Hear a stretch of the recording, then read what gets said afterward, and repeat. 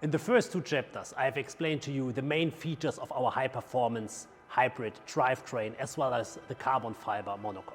But now probably you are asking yourself, how is the car feeling like? How is the driving experience? And this I will explain you now. For the first time, we offer to the customer a huge bandwidth of possibilities to adapt the car to the personal purpose.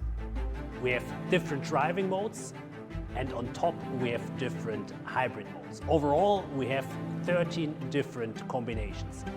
But let's take a look at some examples. For instance, in Cheetah, the car enables really in several conditions purely electric driving, including four-wheel drive.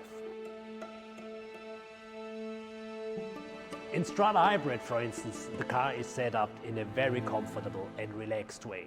It's a perfect mode that you can use, for instance, for long distance travel. In Sport Recharge, the car is set up in a way for maximum fun to drive. You can really have fun on mountain roads, including in the recharge configuration, for instance, recharging the battery using the recuperation potential of the front axle.